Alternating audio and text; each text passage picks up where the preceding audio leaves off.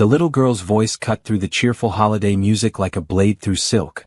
Julian Grant had been walking past the department store Santa display, his mind occupied with quarterly projections and merger negotiations, when those words stopped him cold. My mommy is sick, but she still works. The child couldn't have been more than 6 years old. She wore a faded pink jacket that had seen too many winters, and her braided hair was coming loose at the ends. She sat on Santa's knee, her small hands gripping the white fur trim of his coat like it was a lifeline. Julian found himself frozen beside a display of winter scarves, pretending to examine merchandise while his entire focus narrowed to that conversation happening 15 feet away. She coughs all the time now, the girl continued, her voice dropping to a whisper that somehow carried in the busy store.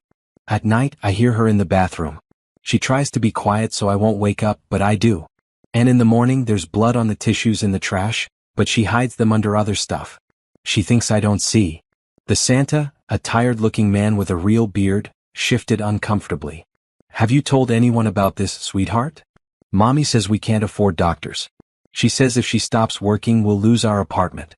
We already lost our car last month. She works at 3 places now. She cleans offices at night after I go to sleep. Mrs. Patterson from downstairs watches me. Mommy comes home and sleeps for 2 hours, then goes to her morning job at the laundry place. Then she has her afternoon job at the grocery store. Julian felt something crack open in his chest. The girl's matter-of-fact tone made it worse somehow. She wasn't crying or begging. She was simply stating facts, the way children do when they've learned that tears don't change reality. What's your name, honey? Santa asked gently. Bree Morrison. My mommy's name is Tanya Morrison. She's really nice. She makes me pancakes every Sunday even though she's tired. She helps me with my homework every night. She reads me stories. But Santa, I'm scared. What if she gets so sick she can't wake up one morning? The girl's voice finally cracked on those last words, and Julian watched as tears began streaming down her brown cheeks. The Santa pulled her into an awkward hug, looking around helplessly as if hoping a parent would appear to handle this situation that was clearly above his pay grade. I just want my mommy to be okay, Bree sobbed into the red velvet suit. I don't want any toys. I don't need anything for Christmas. I just want her to stop coughing. I want her to smile like she used to before Daddy left. I want her to not be so tired all the time. Can you do that, Santa? Can you make my mommy better? Julian's hands had formed fists at his sides. The silk scarves he'd been pretending to examine hung forgotten as memories flooded back. Himself at 7 years old, wearing shoes with holes in the soles, watching his own mother work herself into exhaustion. The sound of her coughing through thin apartment walls. The fear that lived in his stomach like a stone, the certainty that one day she would simply stop breathing and he would be alone. She had stopped breathing, eventually, when he was 12. Pneumonia that she'd ignored for too long because she couldn't afford to miss work. By the time she'd finally gone to the hospital, it was too late. He'd sworn then, shivering in a social worker's office, that if he ever had money, he would never let anyone suffer like that. Never let any child feel that particular flavor of helplessness. The Santa was giving Bree a candy cane and some gentle words about believing and hoping. Standard script. Meaningless comfort. Julian waited until Bree climbed down and walked away, her small figure disappearing into the crowd of shoppers. Then he moved. His long strides ate up the distance to the Santa's platform. The girl who just left, he said without preamble. Bree Morrison. Did she say anything else? Any other details? The Santa blinked up at him. People were staring. Julian Grant was recognizable. His face had been on the cover of 3 business magazines in the last month alone. At 38, he was one of the youngest self-made billionaires in the country, the CEO of Grant Industries, a tech and real estate empire he'd built from nothing. Sir, I'm not sure I should. Julian pulled out his phone and opened his banking app. He turned the screen so the Santa could see it. I'm going to help that little girl and her mother. But I need to find them first. Anything you remember could matter. Please. The Santa's eyes widened at whatever he saw on that screen. She mentioned the laundry facility where her mother works. Said something about Jefferson Street. And the grocery store, she said it was the one with the green sign. There's only one of those in this neighborhood, the Fresh Value on Park Avenue. Thank you. Julian transferred an amount into the store's charity fund that made the Santa's eyes nearly pop out of his head. Then he was moving again, pulling up maps on his phone, his brain already shifting into the analytical mode that had made him successful. There were 3 laundry facilities on Jefferson Street. He would check them all if necessary. Tomorrow morning, early before the day shift started, he would find Tanya Morrison and he would help her, and this time the story would end differently than his own had. Have you ever heard something that changed your entire day, maybe even your life? What would you do if you overheard a child's desperate wish? Drop a comment below and hit subscribe to see how this story unfolds. Your support means everything. The rest of the shopping crowd flowed around Julian as he stood there, phone in hand, making notes. A woman bumped his shoulder and apologized. Holiday music played on. Somewhere a child laughed. And somewhere in this city, a woman named Tanya Morrison was probably at work right now, coughing into her sleeve, trying to earn enough to keep a roof over her daughter's head while her body betrayed her one breath at a time. Julian had built his empire on decisive action, on seeing problems and solving them efficiently. But this felt different. More personal. More important than any business deal he'd ever negotiated. He thought about Bree's face, the way she'd clutched at hope in the form of a department store Santa. The way she'd whispered her mother's suffering like a confession. The way she'd asked for nothing for herself. Some children learned too young that the world was hard and indifferent. That safety was conditional. That the people they loved could be taken away by something as simple as illness and poverty. He had been one of those children. Bree was one of them now. But unlike his younger self, Bree had something his child self hadn't had. She had someone with the resources to actually help. Someone who had the power to change the ending of this particular story. Julian pulled up his contacts and called his personal assistant. Rachel? I need you to cancel my meetings for tomorrow morning. Something important has come up. Family matter. He'd never been married, had no children of his own. But in that moment, watching the spot where a little girl in a faded pink jacket had disappeared into the crowd, he felt a sense of responsibility as fierce as any parent's love. The store Santa was helping another child onto his lap now, going through the practiced motions. Asking about wish lists, promising magic. Julian walked toward the exit, his mind already racing ahead to tomorrow. To finding answers. To fixing what was broken. The cold December air hit his face as he stepped outside. The city glowed with holiday lights, with the promise of celebration and joy. For some people this was a season of abundance. Of family gatherings and gift exchanges and comfort. For others, it was just another month where the bills didn't care about holidays, where illness didn't pause for celebration, where survival took precedence over joy. He had lived in both worlds now. He understood both languages. The language of boardrooms and quarterly earnings, and the language of empty refrigerators and past due notices. That dual citizenship, that understanding of both worlds, was about to become the most important asset he possessed. Julian climbed into his car, a sleek black vehicle that cost more than most people earned in a year. The contrast wasn't lost on him. The irony of searching for a struggling woman while sitting in luxury. But wealth was only valuable if you did something meaningful with it. His mother had taught him that, in her own way, she'd had nothing but she'd given him everything she could. Well, values. The will to survive. Now he had everything materially speaking. But the lesson had stuck. The memory of powerlessness had never faded. The rage at a system that let people fall through the cracks, that made survival itself feel like a luxury. He would find Tanya Morrison. He would offer help. And unlike the vague promises of department store Santas, his help would be real. Concrete. Life-changing. The car pulled away from the curb, merging into the flow of holiday traffic. Julian's reflection stared back at him from the window glass. Same expensive suit. Same determined expression that had intimidated countless boardrooms. But underneath, in the part of him that remembered being young and scared and helpless, something had shifted. Some old wound had been touched, bringing with it both pain and purpose. Tomorrow couldn't come fast enough. Tomorrow he would start making things right. Not just for Bree Morrison but for the child he had once been. For every child who ever had to whisper their fears to strangers because the people who should have helped had failed them. The city lights blurred past as his driver navigated the evening streets. Julian pulled out his phone again, making more notes. Resources he could mobilize. Contacts who could help. The beginning of a plan. He had built an empire through careful planning and ruthless execution. Now he would apply those same skills to something far more important than profit margins. Somewhere in this city, a little girl was probably doing homework under dim lights, listening to her mother cough in the next room, trying not to cry because crying wouldn't change anything. Not yet. But soon. Julian Grant had heard her whisper, and he was coming. The sunrise painted the industrial district in shades of gray and pale blue. Julian had been sitting in his car across from the first laundry facility on Jefferson Street for 20 minutes, watching the workers arrive for the morning shift. His coffee had gone cold in the cup holder. This was the second location he'd checked. The first had been a dead end. According to the manager he'd spoken with, no Tanya Morrison worked there. But something about this place felt right.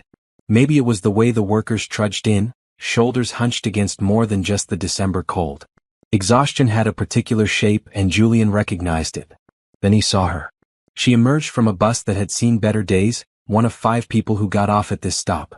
Even from a distance she stood out. A beautiful African-American woman, probably in her early 30s, wearing a blue jacket that was too thin for the weather. Her hair was pulled back in a practical ponytail. She carried herself with a straight spine despite the obvious weariness in her movements. But it was the cough that confirmed her identity. Even across the street, Julian could see her body shake with it. She pressed a tissue to her mouth, glanced at it quickly, then shoved it deep into her pocket. The gesture was furtive, practiced. Hiding evidence. Julian's hands tightened on the steering wheel. His mother had done the same thing. Hidden the blood, hidden the severity, hidden everything until hiding became impossible. Tanya Morrison disappeared into the laundry facility. Julian sat for a moment, weighing his options. He could go in now, confront the situation directly. But something held him back. Some instinct that told him he needed to understand the full scope of her situation before offering help. People were proud. People were cautious. If he came on too strong, she might refuse, and that refusal could cost her everything. He needed to know more. Needed to see the complete picture. So he waited. He called Rachel and had her reschedule his day. Then he waited some more. Tanya emerged 4 hours later, looking even more exhausted than when she'd entered. Her face was drawn and she moved more slowly. But she didn't go home. Instead, she walked 3 blocks to a small diner, went inside, and emerged 15 minutes later with what looked like a takeout container. Lunch probably. Something she could eat while commuting to her next job. Julian followed at a distance as she caught another bus. The route took them across town to a nicer neighborhood, the kind with well-maintained buildings and trees planted along the sidewalks. The Fresh Value grocery store with its distinctive green sign sat on a corner lot. She worked the afternoon shift there, Julian discovered. He went inside, browsing aisles he didn't need, watching her stock shelves and help customers. She smiled at people, patient and kind even when they were rude. Once, he saw her help an elderly man reach something on a high shelf, then spend 5 minutes talking with him about which brand was better. The old man left smiling. She took her breaks in the back room. Through the window, Julian could see her sitting with her head in her hands, her shoulders rising and falling with that terrible cough. But when her break ended, she stood up, straightened her uniform and went back out with that same patient smile. It was almost dark when her shift ended. Julian had spent the entire day following her, canceling meetings, ignoring his phone except to send brief messages to Rachel.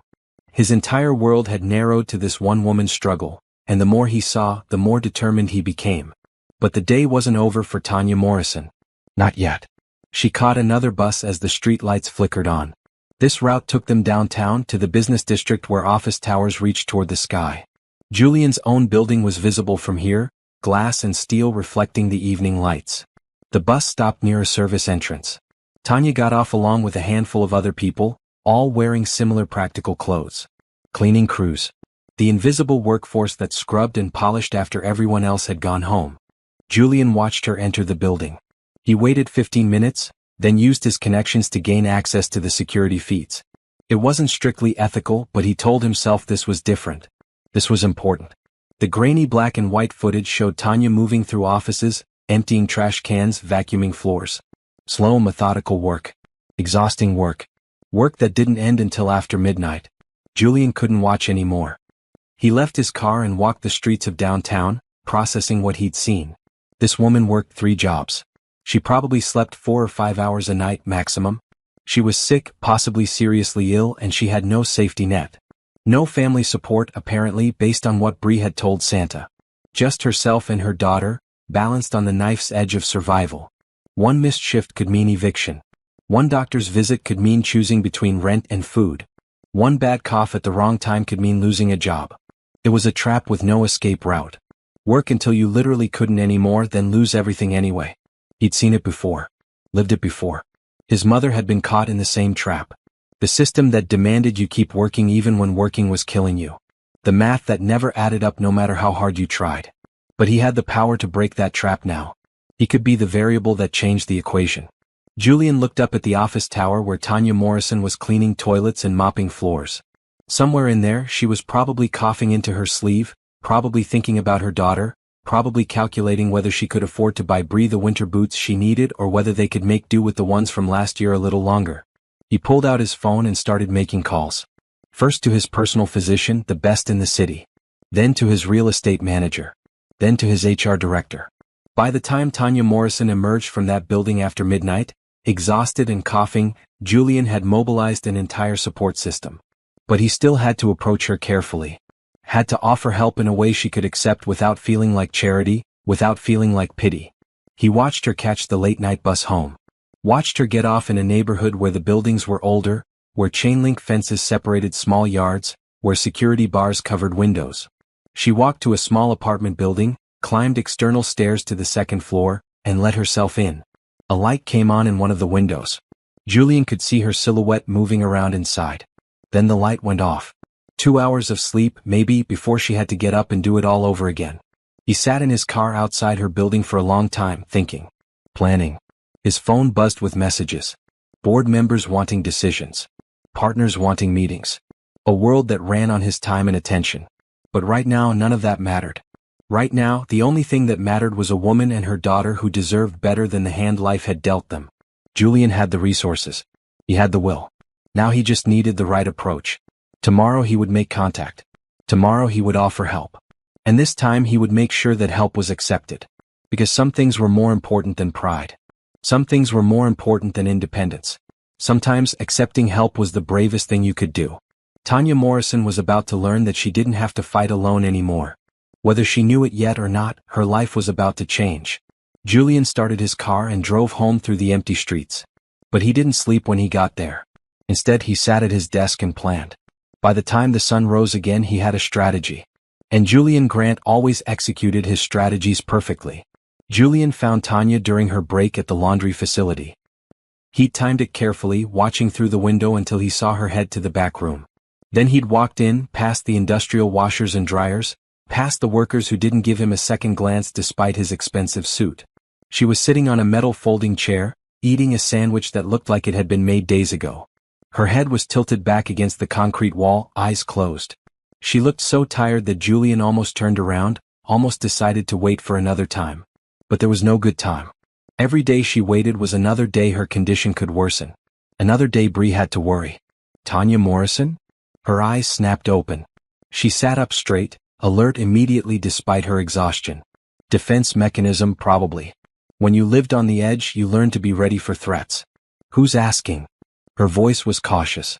She sized him up quickly, taking in the suit, the confident posture. Probably trying to figure out if he was from the building management or worse, immigration or some kind of authority figure who meant trouble. My name is Julian Grant. I'm here to help you. He kept his voice gentle, non-threatening. May I sit? She looked at the empty chair across from her, then back at him. Help me with what? I don't know you. You don't. But I know you have a daughter named Bree. I know you work 3 jobs. And I know you're sick and you can't afford to see a doctor. The color drained from her face. Her hand went to her pocket, where she probably kept those blood-stained tissues. How do you? Are you following me? Are you some kind of stalker? No. Julian sat down without waiting for permission. I overheard Bree talking to Santa at the department store 3 days ago. She told him about you. About how worried she is. About how you cough blood at night and hide it from her. Tanya's eyes filled with tears, but she blinked them back furiously. You had no right to listen to that. That was private. That was between my daughter and a stranger in a rented suit who has no power to help her, Julian finished quietly. But I can help. I want to help. Please just hear me out. Why? The question came out sharp, defensive. Why would some random man want to help me? What do you want? It was a fair question. Julian had expected it. When I was 12 years old, my mother died of pneumonia. She'd been sick for weeks, but she couldn't afford to stop working. By the time she finally went to the hospital, it was too late. I ended up in foster care. Aged out at 18 with nothing. He watched Tanya's expression shift from suspicion to reluctant understanding. I built my company from the ground up. I'm the CEO of Grant Industries. I have more money than I could spend in 10 lifetimes. And when I heard your daughter begging Santa to save you, I remembered being that scared kid watching my mother cough her life away. I can't help her anymore. But I can help you. Tanya was quiet for a long moment. The industrial dryers rumbled in the background. Someone shouted something in Spanish. The normal sounds of work continued around them. What exactly are you offering? Her voice was careful, controlled. But Julian could see the hope struggling against the fear in her eyes. Medical care, first of all. I have a doctor on standby, the best in the city. He'll see you today if you're willing. All costs covered. Whatever treatment you need. Second, I own residential properties all over the city. I have a 2-bedroom apartment sitting empty right now. Good neighborhood near Bree's school. You can move in immediately. No rent. That's... Tanya's voice cracked. That's too much. I can't accept that. There has to be a catch. No catch. But there's more. I'd like to offer you a position at my company. Nothing glamorous but better hours, better pay, health insurance. The mailroom has an opening. Day shift, Monday through Friday. Weekends off. You'd make more than you're making at all 3 of your current jobs combined. Tanya stood up abruptly, pacing the small room. Her hands shook. This is crazy. People don't just do this. Rich men don't just hand out apartments and jobs to women they don't know. There's always a price. Always. Julian remained seated, keeping his body language open and non-threatening. I understand your skepticism. I do. But I'm not asking for anything in return except that you take care of yourself and your daughter. Let me be clear about something. He stood now too, but kept his distance. I'm not interested in you romantically. I'm not trying to buy your gratitude or your company. I simply have resources that I can use to help someone who needs help, and I choose to use them this way. Why me though? There are thousands of people struggling in this city. Why am I special? You're not special, Julian said bluntly, then softened his tone at her flinch. I mean, you are, but so is everyone else. The truth is, I heard your daughter's voice and it broke something open in me. Sometimes we can't help everyone, but we can help someone. You and Bree are my someone. Let me do this. Please. Tanya pressed her hands to her face. Her shoulders shook. When she lowered her hands, tears were streaming down her cheeks. I promised Bree I would accept kindness when it came. She made me promise last week, actually. She said I always help everyone else but never let anyone help us. She said maybe that's why we're stuck. Smart kid. She is. Tanya wiped her eyes with the back of her hand. She's so much smarter than I was at her age. Kinder too. She deserves better than watching her mother fall apart. Then give her better. Take the help. Julian pulled a card from his pocket and held it out. This has my doctor's number on it. Call him today. The apartment address is on the back. The keys are with the building manager, Mrs. Chen. She's expecting you. You can move in whenever you're ready. Tanya took the card with trembling fingers. She stared at it like it might disappear if she looked away. I don't understand this. I don't understand you. But I'm too tired to keep fighting. And I'm too scared of what happens if I don't get help soon. She looked up at him, and the vulnerability in her eyes hit him like a physical force. Thank you. I don't know how to repay this, but thank you. You don't have to repay it. Just get healthy. Take care of Bree. That's all I ask. When can I start the job? Practical even in crisis. Julian respected that. Whenever you're ready. After you've seen the doctor, after you've moved. There's no rush. Your position will be waiting. Tanya nodded slowly. Then, to Julian's surprise, she laughed. It was a shaky, disbelieving sound. I'm standing in a laundry room talking to a billionaire who wants to give me a free apartment and a job. This is the weirdest day of my life. Wait until you see the apartment. It has a bathtub with jets. Julian smiled, trying to lighten the moment. Bree will love it. Fresh tears spilled down Tanya's cheeks. She hasn't had a real bath in 2 years. Our building only has showers, and half the time the hot water doesn't work. She used to love bubble baths when she was little. Something about that detail hit Julian harder than anything else. A little girl who used to love bubble baths, growing up in a place where even hot water was unreliable. All the small deprivations that added up to a childhood shadowed by scarcity. Then let's fix that, he said simply. Let's fix all of it. Tanya looked down at the card again. I should get back to work. I have 3 more hours on this shift. No. Julian shook his head. You're done. Go see the doctor. His office is downtown. I'll call ahead and let him know you're coming. Then go home, pack your things, and move into the apartment. Today. Right now. But my job. I'll talk to your supervisor. I'll make sure you're compensated for the full week. You don't need this job anymore, Tanya. You never have to come back to this place. She looked around the dingy break room at the cracked concrete walls and the fluorescent lights that buzzed and flickered. At the time clock on the wall where she'd been punching in for months, trading her health for minimum wage. "Okay," she whispered. "Okay. I'll go." Julian walked her out to the main floor. He had a brief conversation with the supervisor, a hard-faced woman who looked skeptical but didn't argue when Julian handed her a check that covered 2 weeks of Tanya's wages plus a bonus. Money talked, even in laundry facilities. Tanya gathered her few belongings from a locker.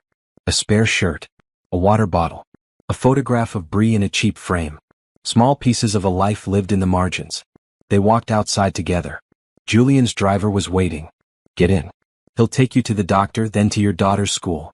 You can pick her up early today. Surprise her. Then he'll take you both to your old apartment to pack and then to your new one." Tanya hesitated at the car door. "I keep thinking I'm going to wake up. That this is some kind of dream." "It's real. I promise you it's real." Julian met her eyes. "You don't have to struggle alone anymore. Let that sink in. You have help now." She got into the car, moving like she was afraid sudden movements might shatter the moment. As the car pulled away, Julian saw her look back at him through the window, her expression a mixture of disbelief and desperate hope.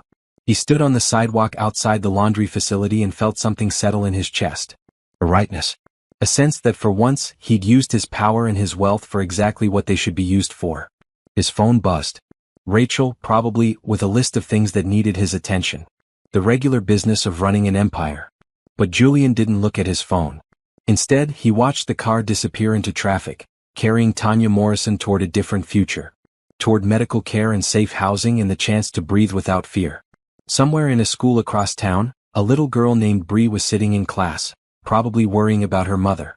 In a few hours that worry would ease. In a few hours she'd learned that sometimes whispered prayers to department store Santas were actually heard. Not by magic. Not by Christmas miracles. But by people who had the power to help and chose to use it. Julian finally pulled out his phone and called Rachel. "Clear my schedule for the next week," he said. "I'm personally overseeing a new project." "What kind of project?" Rachel sounded curious. He rarely took such direct interest in individual initiatives. "The most important kind," Julian said, and he was surprised to find his own voice rough with emotion. "The kind that actually matters." The apartment was on the 5th floor of a building that had been renovated 3 years ago. Large windows let in afternoon light. The walls were painted in warm cream tones. The kitchen had modern appliances that actually worked. The bathroom had that promised bathtub with jets. Julian stood by the window, watching as Tanya and Bree explored their new home. He'd come by to check on them to make sure everything was in order. That's what he told himself anyway. The truth was more complicated. He wanted to see their reactions.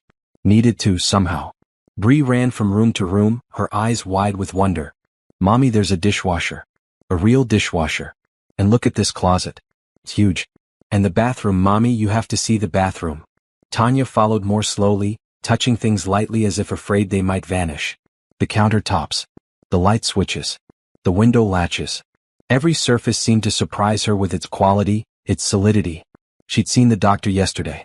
Julian had gotten a full report, with her permission. Chronic bronchitis, verging on pneumonia.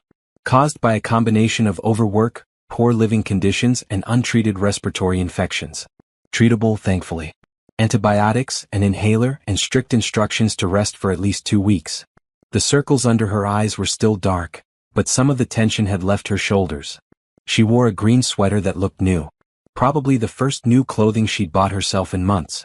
"Mr. Grant," she said, turning to face him. "I don't know what to say. This is too much. This whole apartment is too much." It was sitting empty, Julian said, which was technically true. He'd moved out the previous tenant 2 days ago and paid them generously to relocate. But Tanya didn't need to know that. Better that someone uses it than it sits vacant. Bree came running back into the living room. She stopped when she saw Julian, suddenly shy. They hadn't been properly introduced yet. To her, he was just the man who had somehow given her mother everything she'd asked Santa for. "You must be Bree," Julian said, crouching down to her level. "I've heard a lot about you." "From Mommy?" Bree looked between them, trying to piece together the connections. "Actually, from Santa. I happened to be walking by when you were talking to him. I heard you say your mom was sick but still working. That seemed really unfair to me. So I decided to help." Bree's eyes went wide. "You heard me?" "But I whispered." Sometimes the most important things are said in whispers, Julian said gently. And sometimes people are listening even when you don't know it. Bree processed this for a moment. Then she did something that caught Julian completely off guard. She stepped forward and hugged him.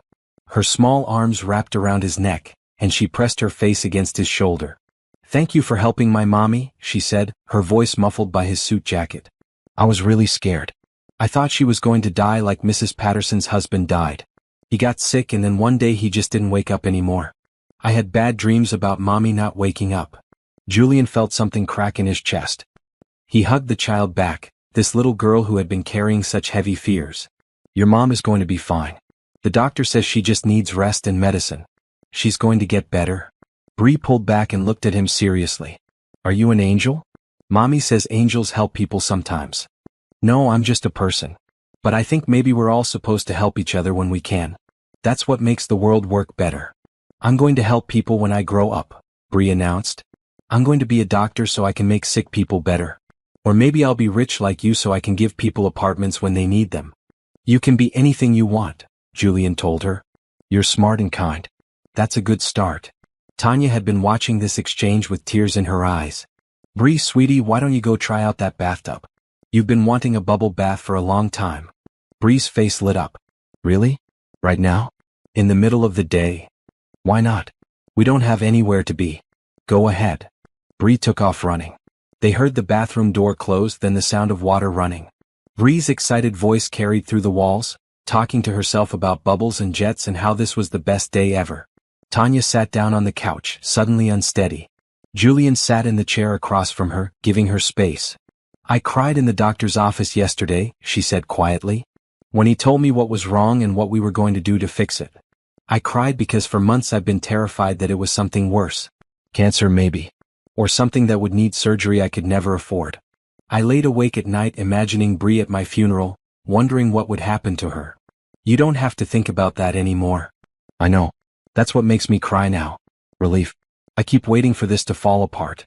For you to change your mind, or for there to be some condition I didn't understand, or for me to wake up and find out it was all a stress dream." She looked at him, her brown eyes searching his face. "Why are you really doing this, Julian? And please don't tell me it's just because you heard Bree talking to Santa. There has to be more." Julian leaned back in his chair. Outside the window, the city stretched out in every direction. From up here it looked clean and organized. You couldn't see the struggles happening on street level. Couldn't see the families choosing between food and heat, between medicine and rent. "My mother died when I was 12, he said. "I told you that. What I didn't tell you is that I was angry about it for years. Angry at her for not getting help sooner. Angry at the system that made it impossible for her to get help. Angry at myself for being too young to do anything useful." He paused, gathering his thoughts. Tanya waited, patient. "When I made my first million, I was 25 years old. I thought I'd feel different. Thought all that anger would go away because I'd proven that I could survive, that I could thrive. But it didn't go away. It just sat there inside me, this useless rage at something I couldn't change. My mother was still dead. All the money in the world couldn't fix that. So this is about her," Tanya said softly. "About doing for me what no one could do for her. Partly. But it's also about Bree. And about the kid I was, who felt so powerless. I can't go back and save my mother. I can't undo any of that pain. But I can make sure another child doesn't have to feel what I felt. I can change one story, even if I can't change my own." Tanya nodded slowly. "I get that. I think I really do. But Julian, you're not responsible for saving everyone. You know that, right? You can't fix all the broken things in the world." "I know. But I can fix this one thing. And that has to be enough." They sat in comfortable silence for a moment. In the bathroom, Bree was singing something off-key. The sound of child's laughter, uncomplicated joy. "Tell me about the job," Tanya said. "What exactly would I be doing?" "The mailroom handles all incoming and outgoing correspondence. Sorting, distribution, some light packaging. It's entry-level work, but it comes with full benefits. Health insurance, dental, vision. Paid time off. There's room for advancement too. Several people have moved from the mailroom into other departments. Administrative support, human resources, even a few into management." "And you're sure you're not creating this position just for me? I don't want to take a job that doesn't really exist." "The position is real. The previous employee left to have a baby. We've been short-handed for 2 weeks. You'd actually be helping us out by filling it. Tanya looked down at her hands. I haven't worked in an office before. I don't have a college degree. Most of my experience is food service and cleaning. That's fine. We'll train you. The mailroom supervisor is a woman named Patricia Lee. She's patient and good at her job. You'll like her. When do I start? Not for at least 2 weeks. Doctor's orders. You need to rest and let the antibiotics work. Use this time to settle in. Enroll Bree in the school around the corner if you want. It's a good school, much better than her current one. Spend time with your daughter without worrying about getting to your next shift. Sleep. Actually sleep for the first time in months. Tanya's eyes filled with tears again. You say that like it's simple. Like I can just flip a switch and stop worrying. I know it's not simple. But try. You're allowed to rest now. You're allowed to stop running. She wiped her eyes with the sleeve of her green sweater. I don't know how to do that. I've been in survival mode for so long. Since my husband left, actually. That was 3 years ago. He just left one day. Packed a bag while I was at work and Bree was at school. Left a note saying he couldn't do it anymore. Couldn't handle the pressure of trying to make ends meet. Couldn't handle being a father. Anger flashed through Julian. He abandoned you both? Pretty much. I got a divorce lawyer from legal aid. He didn't contest it, didn't ask for custody. Didn't even ask to see Bree. Just signed the papers and disappeared. Last I heard he was in another state. I don't even know if he thinks about her. His loss, Julian said firmly. Bree is amazing. Any father would be lucky to have her. She misses him sometimes. She doesn't say it, but I know. She sees other kids with dads and I can see the question in her eyes. Why didn't ours stay? What was wrong with us that made him leave? Nothing was wrong with you. Nothing was wrong with Bree. He was broken in some way that had nothing to do with either of you. I tell her that. I tell her she's perfect and loved and that his leaving wasn't her fault. But I don't know if she really believes it. How can she, when the evidence is that her father chose to leave? Julian thought about his own father, a man he'd never known. Just a name on a birth certificate, nothing more. The parents who leave teach us things they never meant to teach. They show us what we don't want to become. They make us stronger, even though we wish we'd never needed to become strong in that particular way. You sound like you've thought about this a lot. I have. My father left before I was born. Never met him. For years, I wondered what was wrong with me that made him not want to stick around. Eventually I realized it had nothing to do with me. I was just a baby. I was innocent. Whatever was broken in him existed before I did. Did that help? Knowing it wasn't about you? Eventually. It took time. But yes, it helped. And it helped more when I stopped thinking about what I'd lost and started thinking about what I still had. My mother loved me fiercely. That was enough. It had to be enough. Tanya smiled, small and sad. Bree has that. She has me loving her fiercely. I just wish I could give her more than love. You're giving her more now. Stability. Safety. A home where the hot water always works. A mother who isn't coughing blood. That's not nothing. That's everything, Tanya corrected quietly. That's everything I've wanted to give her and couldn't. Until now. She met Julian's eyes. Until you. The gratitude in her voice made Julian uncomfortable. He shifted in his chair. You would have figured something out. You were already doing everything possible. I was drowning. Let's be honest. I was working myself to death and it still wasn't enough. If you hadn't helped, I don't know what would have happened. I don't like to think about it. Then don't. Think about what happens next instead. Think about getting healthy. About Bree thriving. About building a life that doesn't require constant crisis management. Bree emerged from the bathroom wrapped in a towel, her hair dripping. Mommy, that was the best bath ever. The jets make bubbles go everywhere. Can I take another bath tomorrow?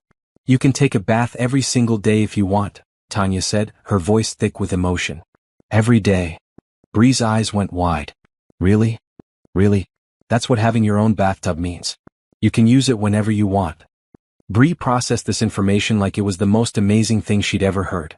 Then she looked at Julian. Do you have a bathtub with jets? I do actually. 3 of them. 3? Bree's voice was awed. Why do you need 3 bathtubs? I have a big house. Different bathrooms. Though honestly, I mostly just take showers. The bathtubs mostly just sit there. That's sad, Bree said seriously. Bathtubs should be used. They're too nice to just sit there. Julian found himself smiling. You're absolutely right. I'll have to take a bath tonight, just so my bathtub doesn't feel neglected. Bree giggled at that. Bathtubs don't have feelings, silly. Are you sure? How do you know? She thought about it. I guess I don't know. Maybe they do have feelings. I'll be extra nice to ours just in case. That's very thoughtful of you. Bree went to her mother. Mommy, can we have dinner in our new kitchen? Can we use the stove and everything? We can. What do you want to make? Spaghetti. With the sauce you make from scratch. The good kind. Tanya hesitated. I'm not sure we have groceries yet, sweetie. We'll need to go shopping. Already handled, Julian said, standing up. I had my assistant stock the kitchen with basics. Check the pantry and the refrigerator. You should have everything you need. Tanya stood and walked to the kitchen. She opened the pantry to find it full. Pasta, sauce, canned goods, baking supplies. The refrigerator was the same. Fresh vegetables, milk, eggs, cheese. A full complement of groceries. She turned back to Julian, and this time when she cried, she didn't try to hide it. You thought of everything. I tried. If there's anything missing, just let me know. There's nothing missing. There's more here than we've had in years. She wiped her eyes. Stay for dinner. Please, let us cook for you. It's the least we can do. Julian started to refuse. Keeping boundaries was important. This was help, not friendship. Not relationship. Just a billionaire using his resources to assist someone in need. But then Bree looked at him with those hopeful eyes, and he found himself saying, Spaghetti sounds great. I'd love to stay.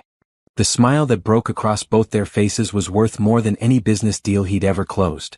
How powerful would it be if more people with resources chose kindness like this? If you're enjoying this journey of hope and transformation, please subscribe and share your thoughts in the comments. What would you do if you had the power to change someone's life? 3 weeks passed. Tanya started work at Grant Industries on a Monday morning, her first day back to employment after the forced rest. Julian had made a point of not visiting the apartment during those 3 weeks. He wanted to give her space, wanted her to settle in without feeling watched or obligated. But Patricia Lee reported that Tanya was doing well, learning quickly, asking good questions, getting along with the rest of the mailroom staff. Julian found himself thinking about them more often than he expected, wondering how Bree was doing in her new school, whether Tanya's cough had improved. Small details that had no bearing on his business operations but somehow felt important anyway. He told himself it was natural curiosity. Investment in the outcome of his charity. Nothing more. Then Tanya showed up at his office door on a Friday afternoon. His assistant, Rachel, escorted her in with a puzzled expression. Ms. Morrison to see you, Mr. Grant. She says it's important. Julian looked up from his computer. Tanya stood in the doorway of his office, wearing a red cardigan over dark pants. Professional but modest. Her hair was down today, falling past her shoulders. She looked healthier than she had 3 weeks ago. The circles under her eyes were fading. She'd gained a little weight. Tanya, is everything okay? Do you need something? His mind immediately went to problems. Issues with the apartment. Trouble at work. Something wrong with Bree. No, everything's fine. Better than fine, actually. I just wanted to talk to you about something. Do you have a few minutes? Of course. Come in. Close the door if you want. He gestured to the chairs across from his desk. She closed the door and sat down. For a moment she just looked around his office, taking in the view from the windows, the expensive furniture, the subtle markers of power and wealth. This is quite a space, she said finally. It's a bit much sometimes, Julian admitted. But it helps with the image. Clients expect a certain aesthetic. I can imagine. She folded her hands in her lap. I wanted to thank you again. And I know you probably think I've thanked you enough, but I needed to say it one more time. You saved us. My life, Bree's life. You saved us both. You're doing well in the mailroom from what I hear. Patricia says you're a fast learner. Everyone's been really kind. Patient while I figure things out. It's different from my other jobs. People treat me like I'm a person, not just a pair of hands. That's how it should be. I know. But it's not always. You know that. She paused. I've been thinking a lot about why you helped us. I know what you told me about your mother and wanting to change one story. But I think there's more to it than that. Julian leaned back in his chair. What do you mean? I think you're lonely. I think you've built this amazing empire and you have all this money and power, but you don't have people. Real people who care about you, not your bank account. Am I wrong? The observation was so unexpected, so accurate, that Julian didn't have an immediate response. He'd been thinking of himself as the helper, the benefactor. He hadn't considered that she might be analyzing him in return. I have people, he said finally. Friends? Colleagues? Do you? Or do you have business associates and professional relationships? When's the last time someone cooked you dinner just because they wanted to? When's the last time you spent time with someone who didn't want anything from you? Julian thought about it. Tried to remember. It's been a while, he admitted. Exactly. So here's what I'm proposing. Bree and I would like you to come to dinner on Sunday. Real dinner at the apartment. Nothing fancy, just food and conversation. As friends, not as benefactor and recipient of charity. Can you do that? I don't want to intrude on your time. You wouldn't be intruding. We're inviting you. Bree asks about you constantly. She wants to show you her new school project. And honestly, I'd like to get to know you better. Not as the man who saved us, but as Julian. The person under all this. She gestured at his office, at the trappings of success. It was a simple invitation. Dinner with a woman and her daughter. Nothing complicated about it. So why did it feel significant? Why did accepting feel like crossing some invisible line? Okay, Julian heard himself say. Sunday dinner sounds nice. What time? 6 o'clock? And please don't bring anything. Just yourself. I usually bring wine when I'm invited to dinner. Then bring wine if it makes you feel better. But you don't need to impress us. We're already impressed. She smiled and it transformed her face. For the first time, Julian saw what she must have looked like before exhaustion and stress had carved lines around her eyes. Beautiful. Not just physically, though she was that. But beautiful in the way that kindness and strength made someone glow from within. I'll be there, he said. She stood up. Good. I should get back to work. I'm still on probation period, technically. Don't want to be late getting back from my break. Tanya, wait. Julian stood as well. You're not on probation. I mean, technically yes, but Patricia already told me you're doing great. You don't have to worry about losing this job. I worry anyway. Old habits. She moved toward the door. See you Sunday, Julian. After she left, Julian sat back down at his desk. He looked at his computer screen, at the spreadsheet full of numbers that suddenly seemed less important than they had 10 minutes ago. Rachel poked her head in. Everything okay? She seemed happy. She invited me to dinner. Rachel's eyebrows went up. That's nice. Good for you getting out more. You work too much. It's not like that. It's just a friendly dinner. She wanted to thank me. If you say so. Rachel's tone suggested she didn't quite believe him. Julian didn't respond. He wasn't sure he believed himself. Sunday arrived faster than expected. Julian found himself standing outside Tanya's apartment door at exactly 6 o'clock, holding a bottle of wine that probably cost more than she used to make in a week. He almost left it in the car. But she'd said to bring it if it made him feel better, and oddly enough, it did. Bree opened the door. She wore a blue dress with white flowers on it, and her hair was in 2 neat braids. Julian, you came. Mommy said you would, but I was still worried you might be too busy. I made time, he said, stepping inside. You look very nice. Thank you. Mommy did my hair. It took forever because I kept wiggling. She took his hand and pulled him toward the kitchen. Come see what we made. It's chicken and vegetables and rice. And there's cake for dessert. We made the cake from scratch. I helped with the frosting. The apartment smelled amazing. Tanya stood at the stove, stirring something in a pan. She wore a dark purple dress that fell to her knees, simple but elegant. Her hair was pulled back in a clip. She turned when they entered. Hi. Perfect timing. Everything's just about ready. It smells incredible. Julian held out the wine. I know you said not to bring anything, but wine is perfect. Thank you. She took the bottle and examined the label. Her eyes widened slightly. This is really nice wine. I have a guy. He picks out good ones. Of course you do. But she was smiling. Bree, can you help me set the table? Julian, make yourself comfortable. This will just take a few minutes. Julian sat at the small dining table while Bree and Tanya moved around the kitchen with practiced ease. They had a rhythm together, a shorthand that came from being each other's only family. Bree knew where the plates were without being told. Tanya could hand her daughter a stack of napkins without looking, trusting they would be caught. The dinner table was set with care. Mismatched plates but clean and arranged nicely. A candle in the center. Flowers in a vase. They sat down to eat, and for a moment Julian just looked at the scene. This small table, this simple meal. The comfortable domesticity of it. How long had it been since he'd experienced anything like this? Years. Maybe a decade. His life was restaurants and hotel rooms. Takeout eaten at his desk. Efficient calories consumed between meetings. This is really nice, he said. Thank you for inviting me. Thank you for coming, Tanya replied. Bree's been planning this meal for 3 days. She had strong opinions about the menu. I wanted to make something special, Bree explained. Because you did something special for us. They ate and the conversation flowed easily. Bree talked about her new school, about the friend she'd made named Sophia, about the science project they were working on together about volcanoes. Tanya talked about her job, about how different it was to work in a place where people said good morning and asked about her weekend.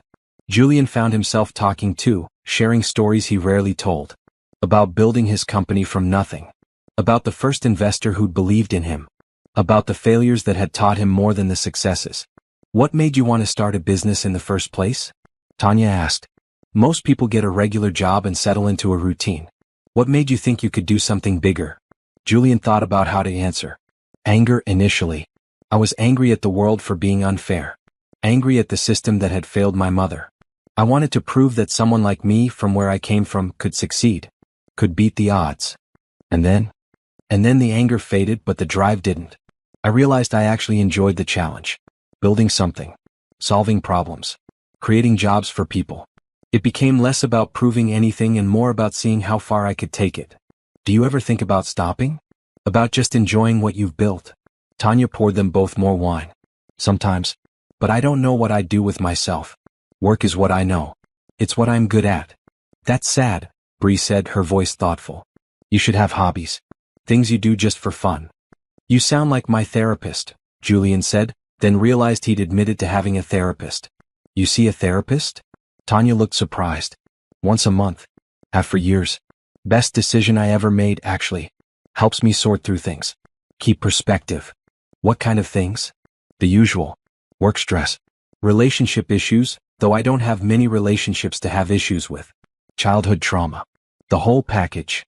He said it lightly, but Tanya's expression softened. Good for you. I always thought I should see someone, especially after my husband left. But I couldn't afford it. You can now. The health insurance from work covers mental health services. You should use it if you want. Maybe I will. She looked thoughtful. It might be good to talk to someone. To process everything that's happened. The bad stuff and the good stuff.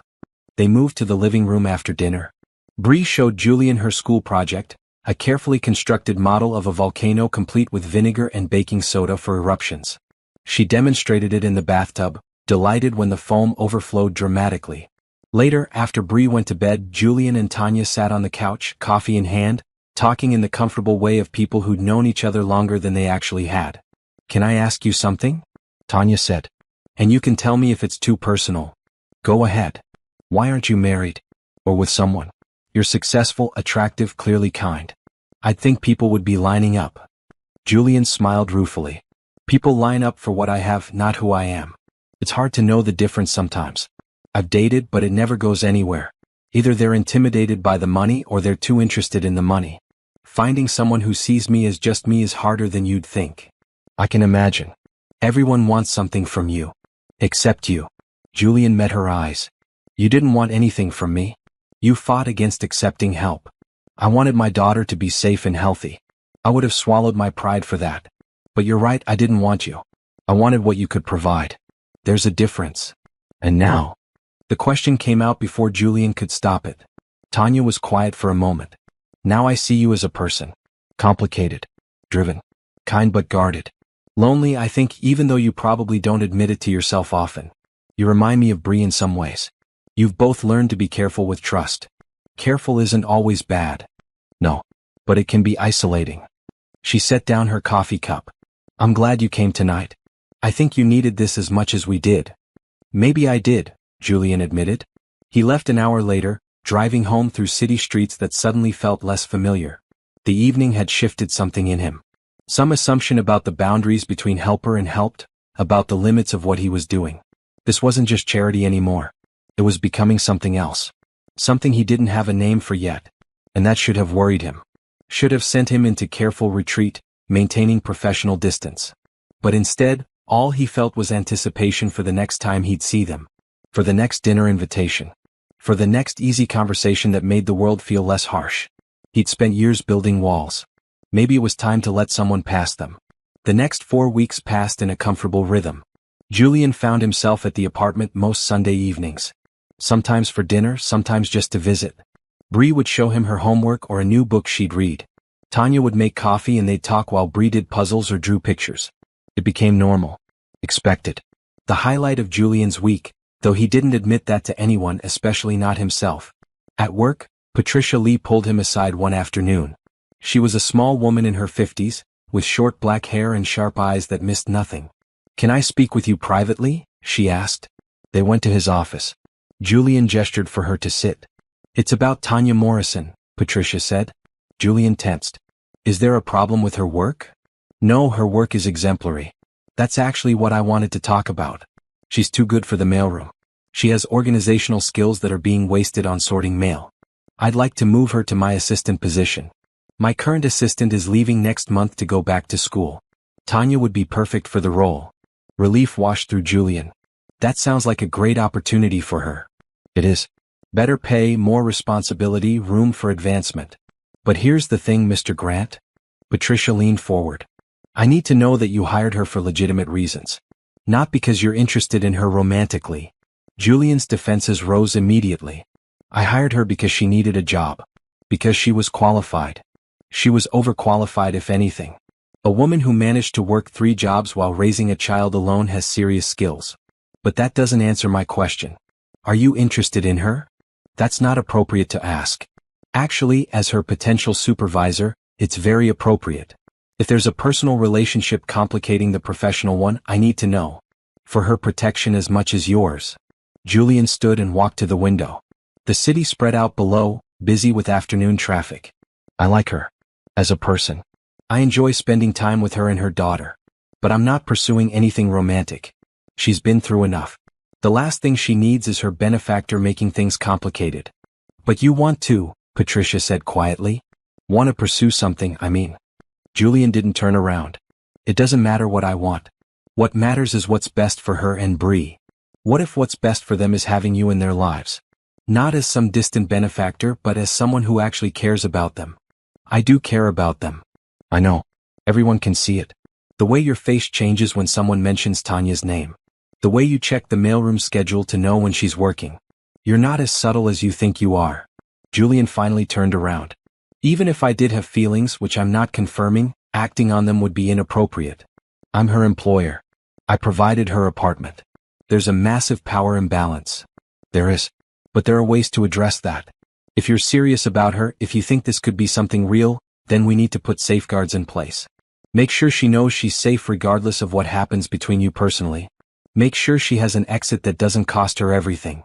"I'm not sure what I'm feeling," Julian admitted. "I've never felt quite like this before. It's not just attraction, though she's beautiful. It's more than that.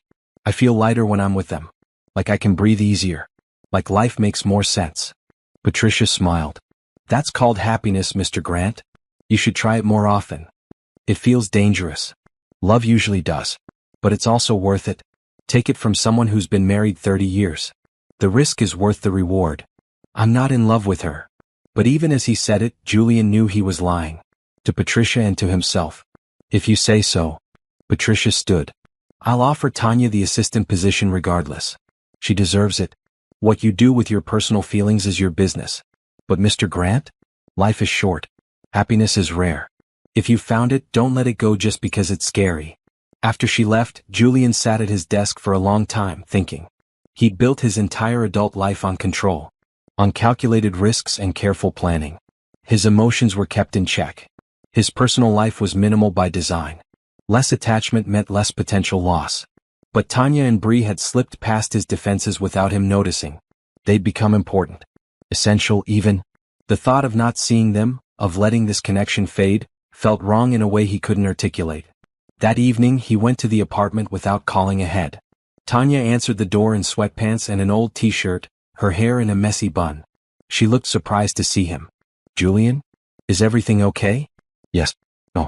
I don't know. Can we talk?" "Of course. Come in." Bree's at Sophia's house for a sleepover. First one ever, actually. She was so excited. Tanya stepped back to let him in. "Do you want coffee? Or something stronger? You look like you might need something stronger." "Coffee is fine." They sat in the living room, coffee cups between them. Julian tried to figure out how to say what he needed to say. "Patricia offered you a promotion today," he said finally. "She did." Her assistant position. I was going to tell you on Sunday. It's a big opportunity. Better pay, better work. I'm really grateful. You should take it. You've earned it. I plan to.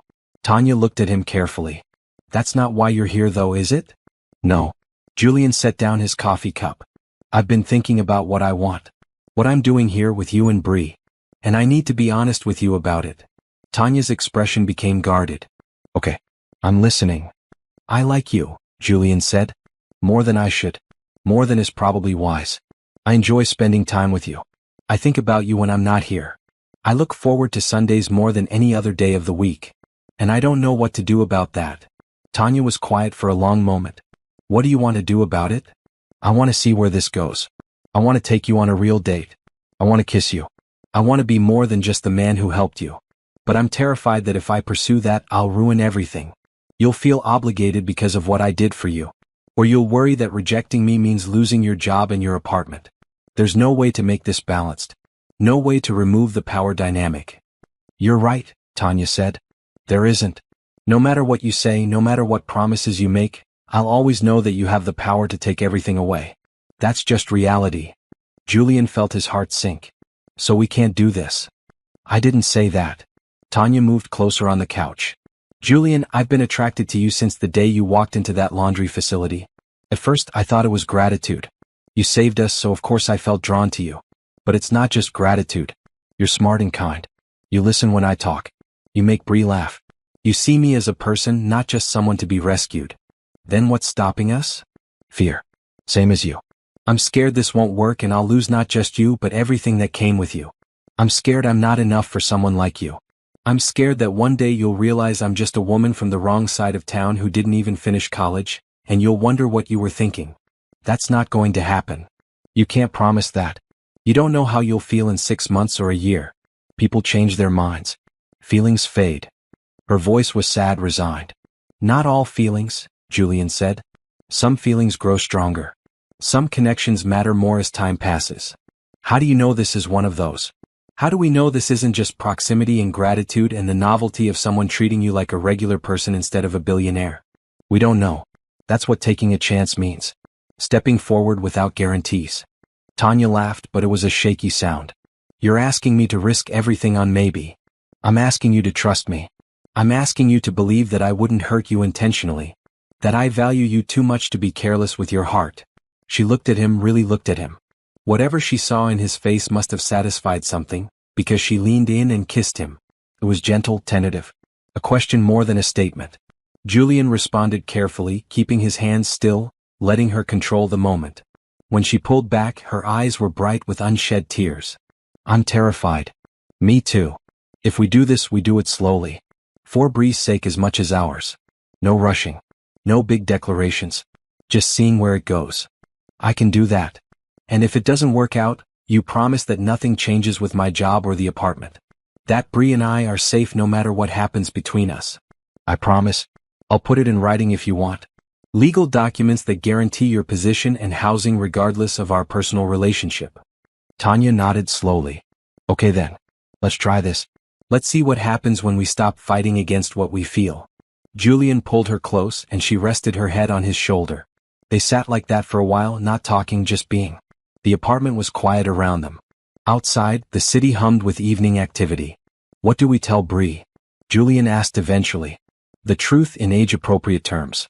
That we like each other and we're going to spend more time together. That you're special to both of us. She'll be thrilled, actually. She's been not so subtly suggesting I should marry you for weeks now. Julian laughed. Has she?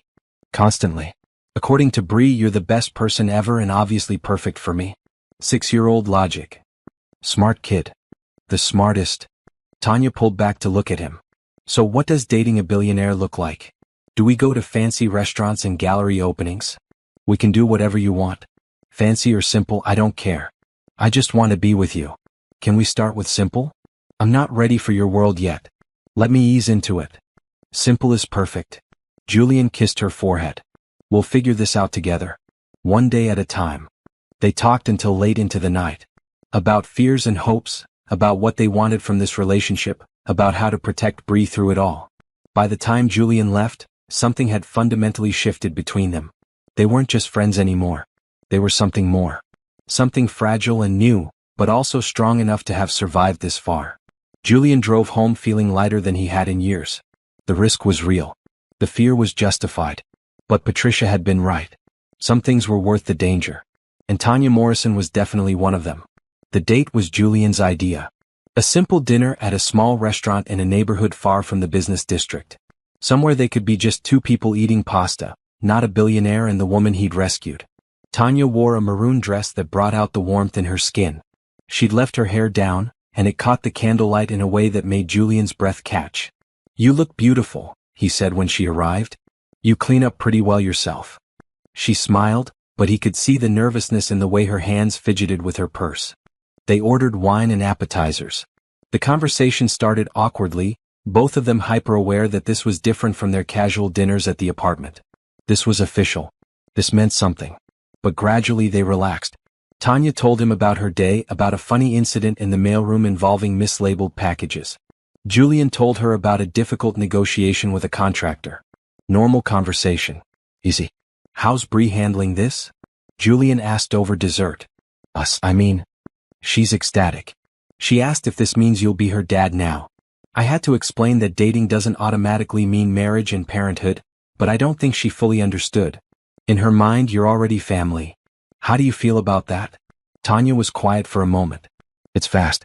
Too fast maybe. But I can't deny that it feels right. You fit into our lives like you were always supposed to be there. That should scare me more than it does. Why doesn't it? Because I've learned to trust my instincts. And my instincts say you're safe. That you care about us genuinely. That you're not going anywhere unless we push you away. I'm not going anywhere, Julian confirmed. I mean that. This isn't casual for me, Tanya. I'm all in if you are. I'm in. Scared but in. After dinner they walked through the neighborhood. The evening was cool but not cold. Holiday lights still decorated some windows, even though it was already January. Their hands found each other naturally, fingers intertwining. "Tell me something you've never told anyone," Tanya said suddenly. "That's a big ask. I know. But I want to know you. The real you, not just the successful CEO version." Julian thought about it. "Sometimes I wonder if I'm enough. If all the money and success actually means anything. I've accomplished everything I set out to do, and some days I wake up and think, is this it? Is this all there is?" That's called being human. Having doubts even when everything looks perfect from the outside. What about you? Tell me something you've never told anyone. Tanya was silent for several steps. Sometimes I blame Bree. Not out loud, never out loud. But sometimes I wonder what my life would have been like if I hadn't gotten pregnant so young. If I'd finished college. If I'd had time to build a career before becoming a mother. And then I feel terrible for even thinking it because she's the best thing that ever happened to me. That doesn't make you a bad mother. That makes you honest. Maybe. But it still feels like a betrayal. She didn't ask to be born. She didn't ask for any of the struggles we've faced. And she's handled it all with such grace. She deserves better than a mother who sometimes resents the sacrifice. You don't resent her. You resent the circumstances. That's different. Is it? Yes. Because when you look at her, all you feel is love. The resentment isn't directed at her. It's directed at a system that makes being a single mother so impossible. At a husband who abandoned you. At poverty and lack of opportunity. That's not the same as regretting your daughter. Tanya leaned against him. How are you so good at saying exactly what I need to hear? Practice. I spent a lot of time in therapy learning to articulate feelings. They walked in comfortable silence for a while. Then Tanya stopped and turned to face him. I want you to know something. Before this goes any further. I need you to understand who I am and where I come from. Okay. I grew up poor. Not struggling, actually poor. Food stamps and donated clothes poor.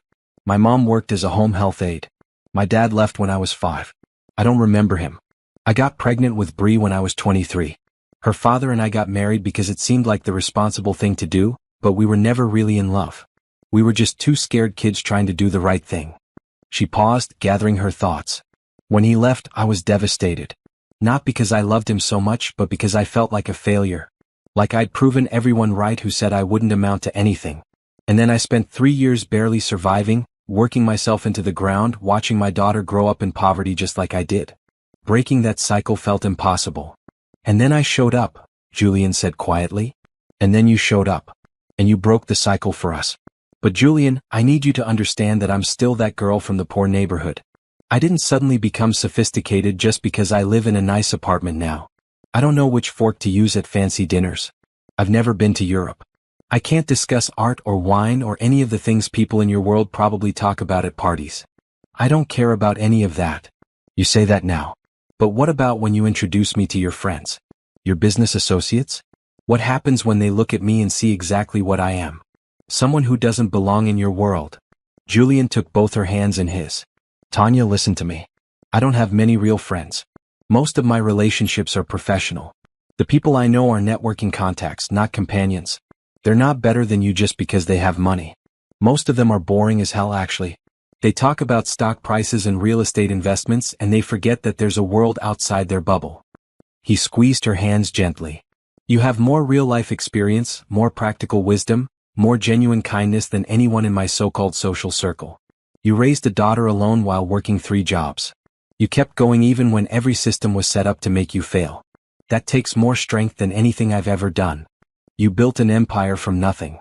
I built a business. That's different. You built a life. You built a family. You protected your daughter and gave her love even when you had nothing else to give.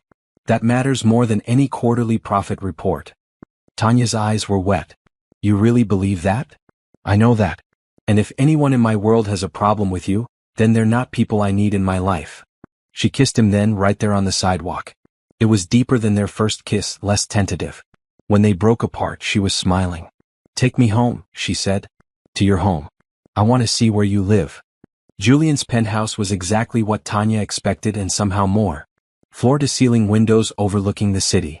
Modern furniture in neutral tones. Art on the walls that probably cost more than a car. Everything perfect, everything expensive. Everything sterile. It's beautiful, she said, walking to the windows. But it doesn't feel like you. What do you mean? It's like a showroom. There's nothing personal here.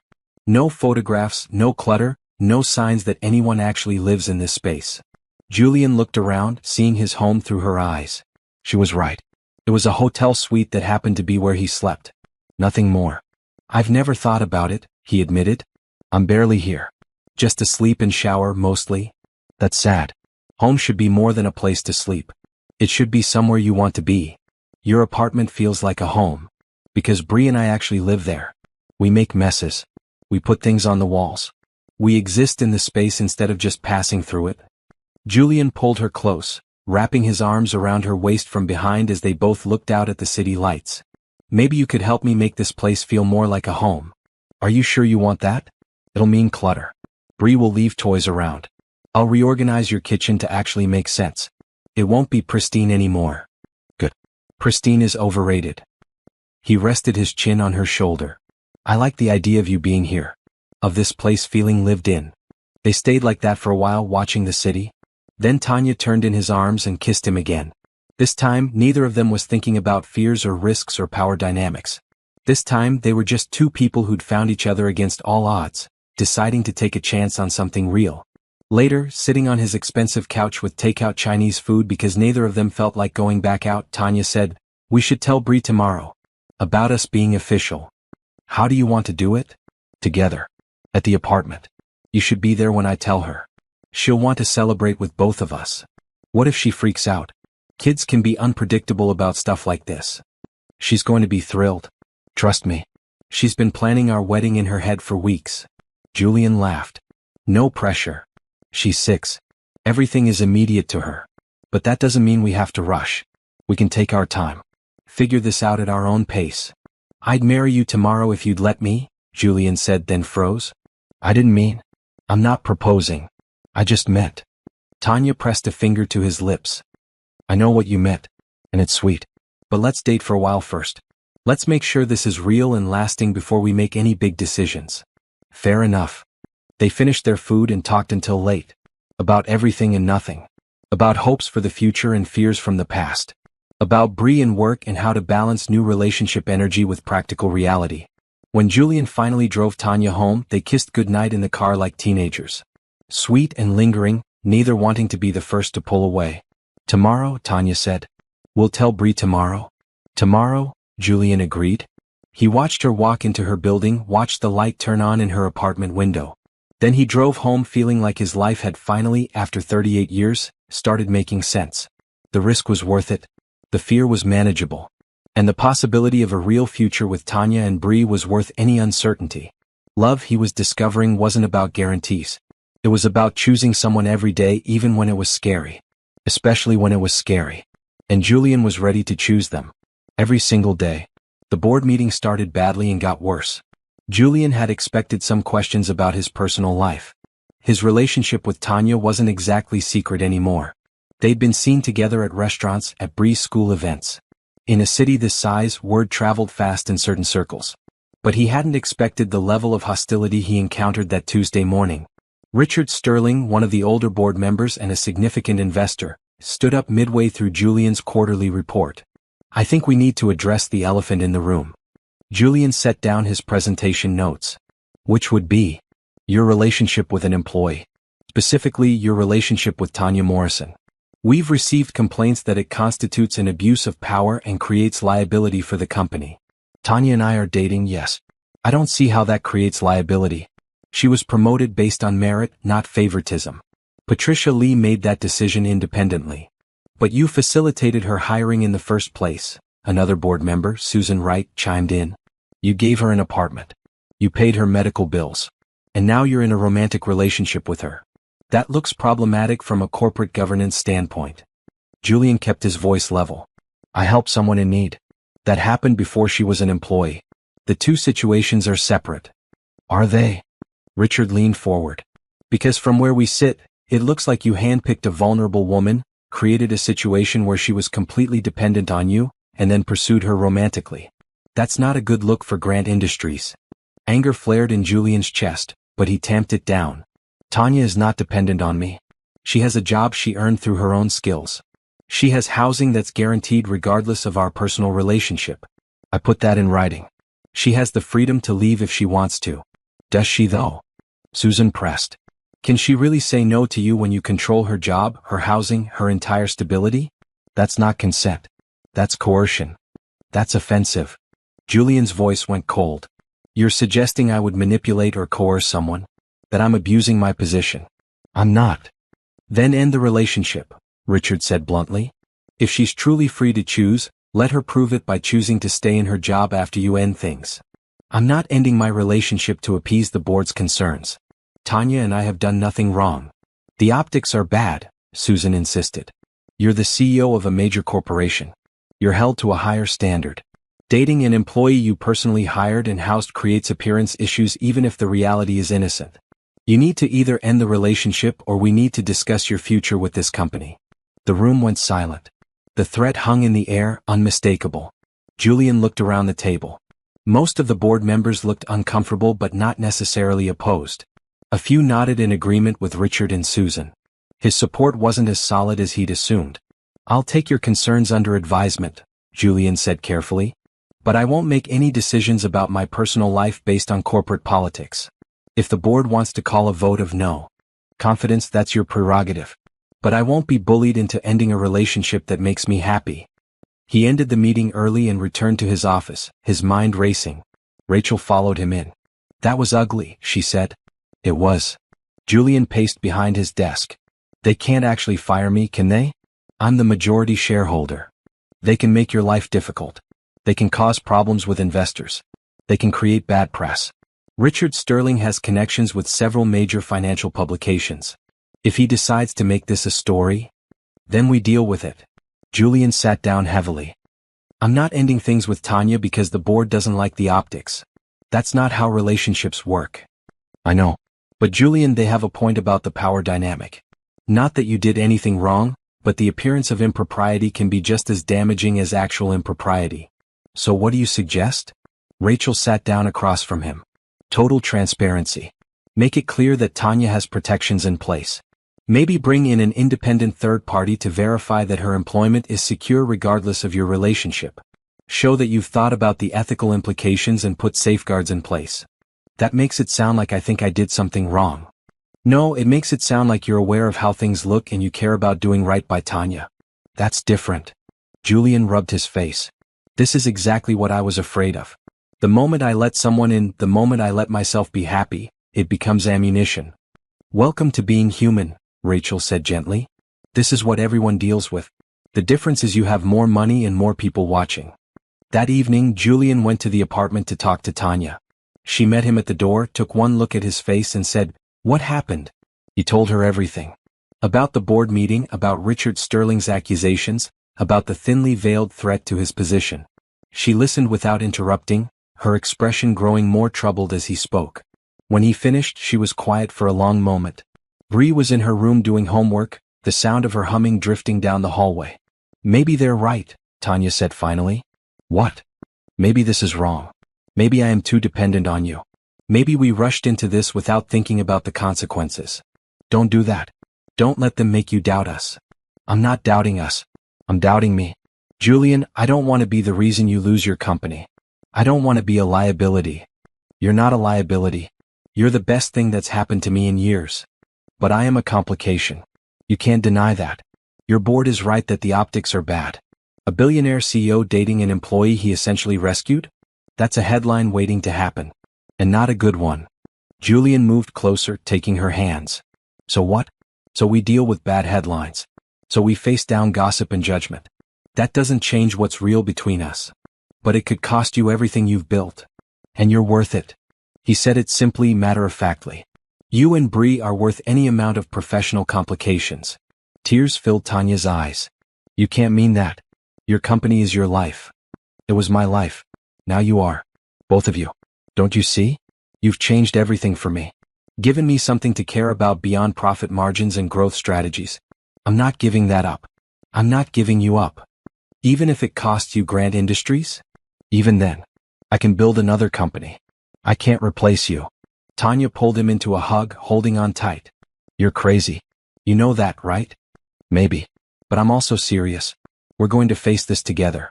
We're going to show them that our relationship is real and ethical and not something to be ashamed of." "How?" "I don't know yet. But we'll figure it out." They sat on the couch, strategizing. Tanya suggested they document everything. Every conversation, every decision about her employment, every protection he'd put in place. Create an ironclad paper trail that showed she had real autonomy and real choices. Julian called his lawyer and his PR team. By the end of the evening they had a plan. An independent audit of Tanya's employment situation. Public disclosure of the relationship with full transparency about how it started. A letter from Tanya herself, explaining her perspective. "This is going to be invasive," Julian warned. "People will dig into your past, your finances, your marriage. They'll look for any dirt they can find. Let them look. I've got nothing to hide. I was poor and I struggled and I made mistakes. But I never hurt anyone and I never lied. That has to be enough." Over the next 2 weeks they executed the plan. The independent audit came back showing that Tanya's employment was based on merit and that she had robust protections regardless of her relationship with Julian. The PR team released a carefully worded statement about their relationship, emphasizing the timeline and the safeguards. Tanya wrote an essay that was published in several outlets, telling her side of the story. About being a struggling single mother, about Julian's intervention, about falling in love despite trying not to. It was honest and raw and powerful. The response was mixed. Some people were sympathetic. Others remained skeptical. A few were outright hostile. But gradually the narrative started to shift. Instead of "billionaire takes advantage of vulnerable woman," it became "two people find love despite obstacles." Richard Sterling tried to keep pushing, but he lost support. Other board members started speaking up in Julian's defense. The independent audit had given them cover. They could support Julian without looking like they were ignoring ethical concerns. At the next board meeting, Richard called for a vote of no confidence. It failed dramatically. Only 2 board members voted with him. The rest stood with Julian. "This isn't over," Richard warned as he packed up his briefcase. "People will always question this relationship. Always wonder if she's with you for the money." "Let them wonder," Julian said calmly. "I know the truth. Tanya knows the truth. That's all that matters." After Richard left, Susan Wright approached Julian. "I owe you an apology. I jumped to conclusions. Your relationship with Ms. Morrison is clearly genuine. I'm sorry I doubted that. Thank you for saying that. For what it's worth, she seems lovely. And that essay she wrote? That took courage. Not many people would put themselves out there like that." That evening, Julian took Tanya out to celebrate. Nothing fancy, just their favorite casual restaurant. but it felt like a victory. "We did it," Tanya said, raising her wine glass. "We survived the first major test." "We did." Julian clinked his glass against hers. "Though I have a feeling there will be more tests to come." "Probably. But we'll face them together. That's what matters." They ate and talked and laughed, the stress of the past weeks finally lifting. When Julian dropped Tanya off at her apartment later, she kissed him at the door. "Thank you for fighting for us," she said. "Thank you for not giving up when it would have been easier." "I meant what I said. You're worth any fight." "Even so, not everyone would have done what you did. Most people would have chosen the easy path. Ended things to preserve their professional reputation." "I'm not most people." "No," Tanya said, smiling. "You're definitely not." Julian drove home feeling exhausted but satisfied. The battle wasn't completely over. Richard Sterling and people like him would probably never fully accept his relationship with Tanya. But he'd proven something important. To the board, to Tanya, and to himself. Love was worth fighting for. Even when the fight was hard. Even when the easier path beckoned. He'd chosen the harder path. Chosen Tanya and Bree. Chosen happiness over convenience. And he would make that choice again and again, as many times as necessary. 6 months passed.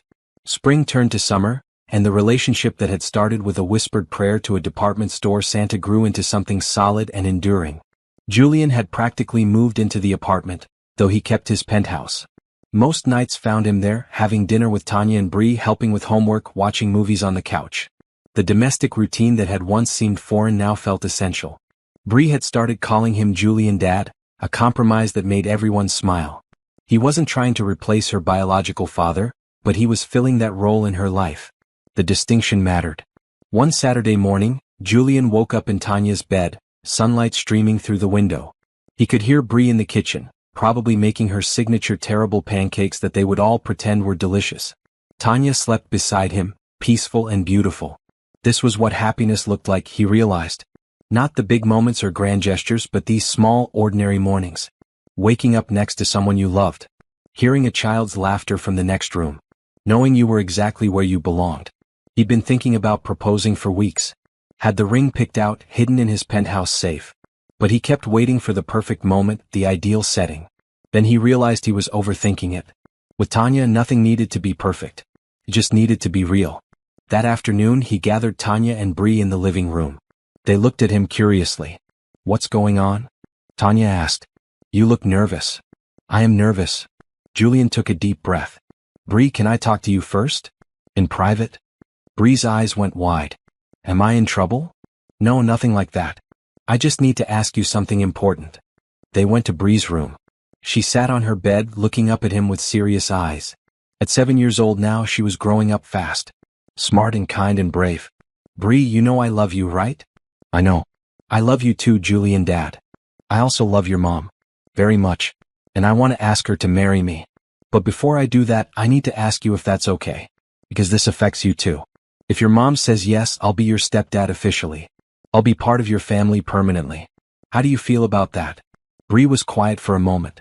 "Will you still live with us if mommy says yes?" "Yes. We'd probably get a bigger place. A house maybe, with a yard. But we'd all live together. And you won't leave like my other dad left?" Julian knelt down so he was at her eye level. "I promise you, Bree, I'm not going anywhere. Not ever. Even if your mom said no to marrying me, I'd still be in your life. You're stuck with me." "Good." Bree smiled. "Because I want you to be my dad for real. Not just Julian Dad. Real dad. So it's okay if I ask your mom to marry me?" "Yes. But Julian Dad? Can I help? Can I be there when you ask?" Julian hadn't planned on that, but looking at Bree's hopeful face, he couldn't say no. "Actually, that's perfect. Let's go ask her together." They returned to the living room where Tanya waited, looking increasingly puzzled.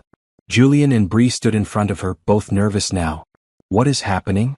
Tanya asked, looking between them. Julian pulled the ring box from his pocket. He'd kept it in his car, waiting for the right moment. Apparently this was it. He didn't kneel. That seemed too formal for this moment. Instead, he sat on the couch beside Tanya and took her hand. 6 months ago, I heard your daughter whisper her fears to a stranger in a Santa suit. That moment changed my life. Not because I played hero, not because I got to help someone, but because it brought you and Bree into my world. You've given me something I didn't even know I was missing. A family. A home. A reason to care about more than just work. Tanya's eyes were already filling with tears. You make me laugh, Julian continued. You challenge me when I'm wrong. You support me when I'm right. You've taught me that having money means nothing if you have no one to share your life with. And Bree. He looked at the little girl who was bouncing on her toes with excitement. Bree has shown me what it means to be chosen. Not by biology but by love. She chose to let me into her life, into her heart. That means everything to me. He opened the ring box. The diamond caught the light, simple but beautiful. Tanya Morrison, will you marry me? Will you let me be your husband and Bree's stepdad?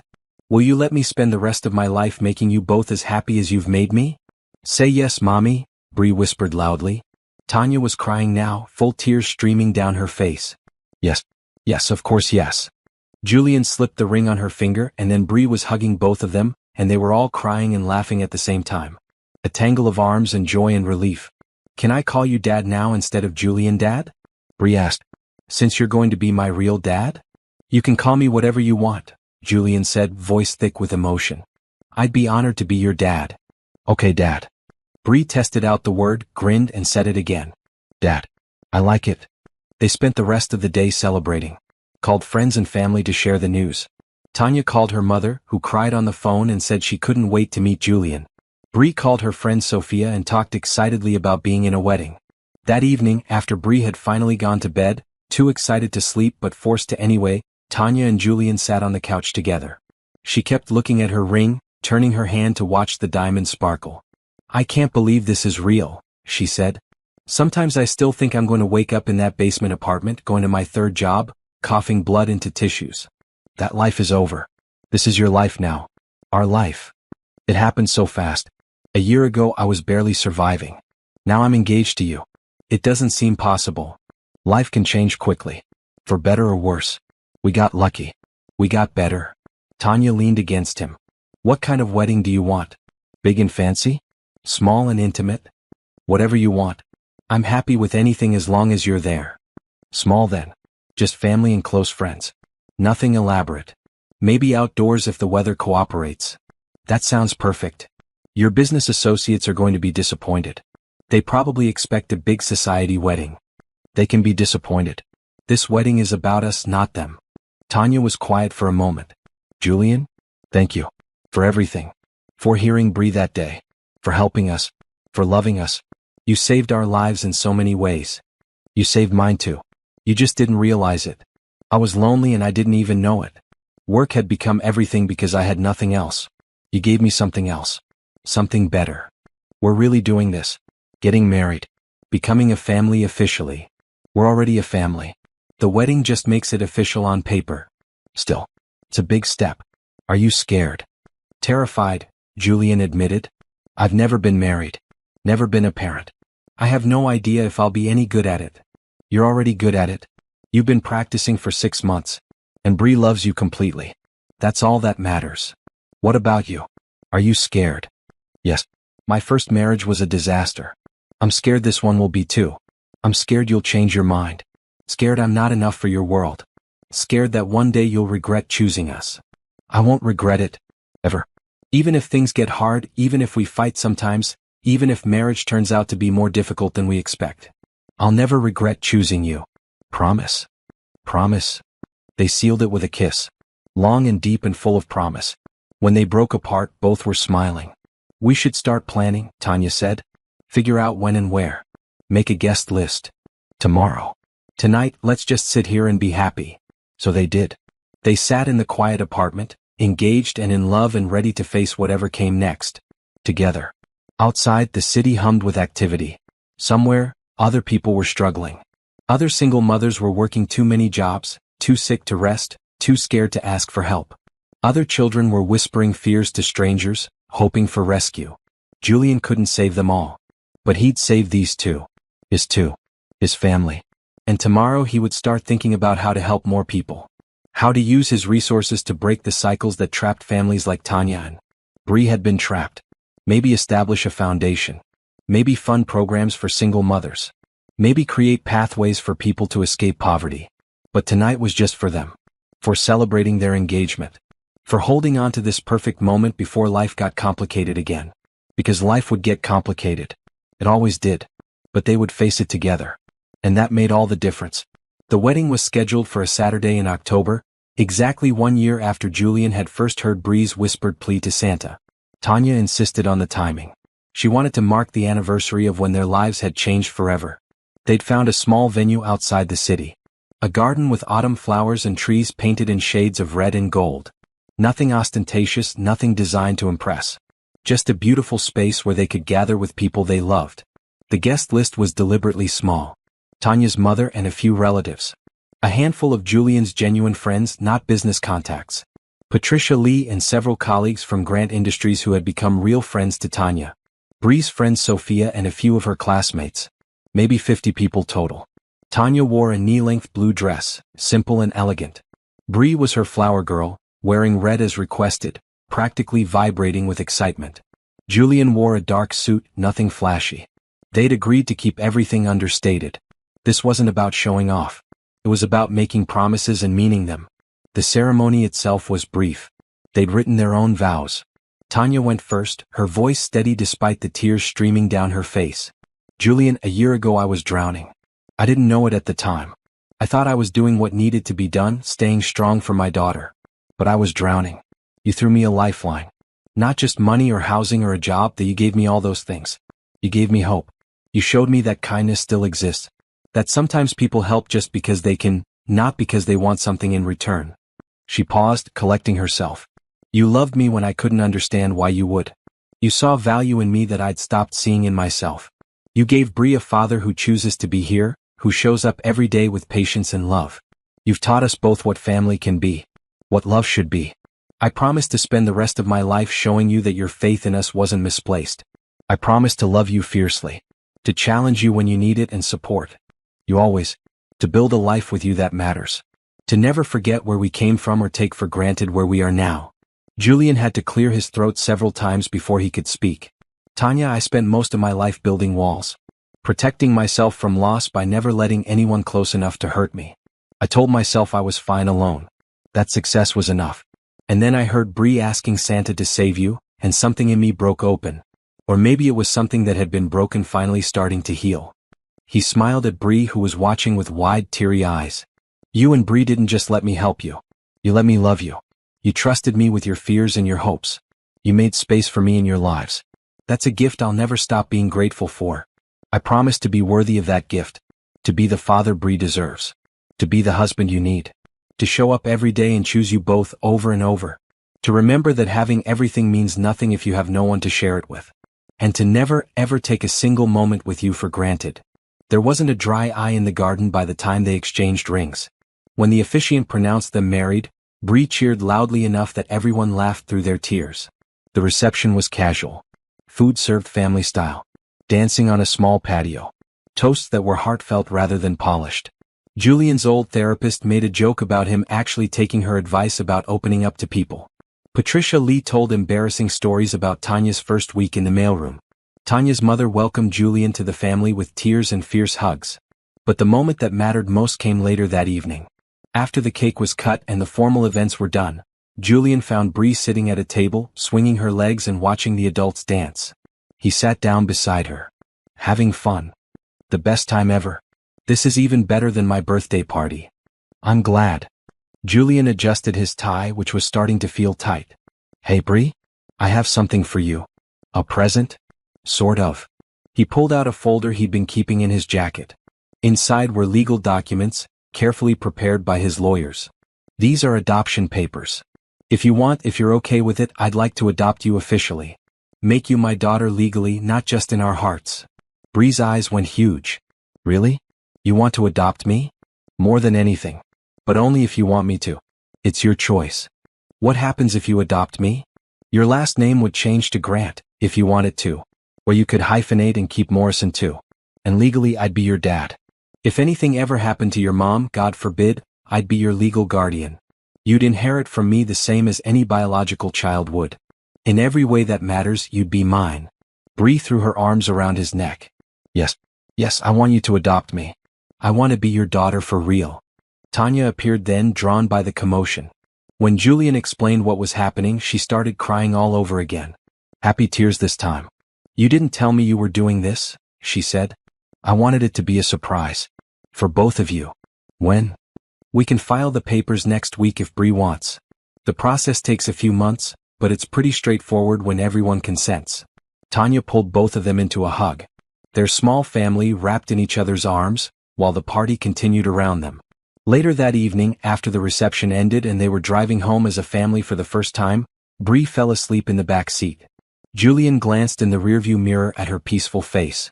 She's going to be impossible tomorrow, Tanya said quietly. Too excited to sleep tonight, then exhausted and cranky. Worth it though. Definitely worth it. They'd decided not to have a honeymoon yet. Wanted to settle into married life first, figure out their new normal. They had time. A whole life ahead of them. But Julian had one more surprise planned. A stop he wanted to make before going home. Do you mind if we make a detour? He asked. At 10 o'clock at night? Trust me. He drove to the department store where this had all started. It was closed now, dark except for security lights. But the holiday decorations were already going up for the season, including the Santa display. Why are we here? Tanya asked. Come on. I want to show you something. They got out of the car. Julian carefully lifted sleeping Bree into his arms. She stirred but didn't wake, just tucked her head against his shoulder. They stood on the sidewalk where Julian had stood a year ago, listening to a little girl's desperate prayer. The spot where everything had changed.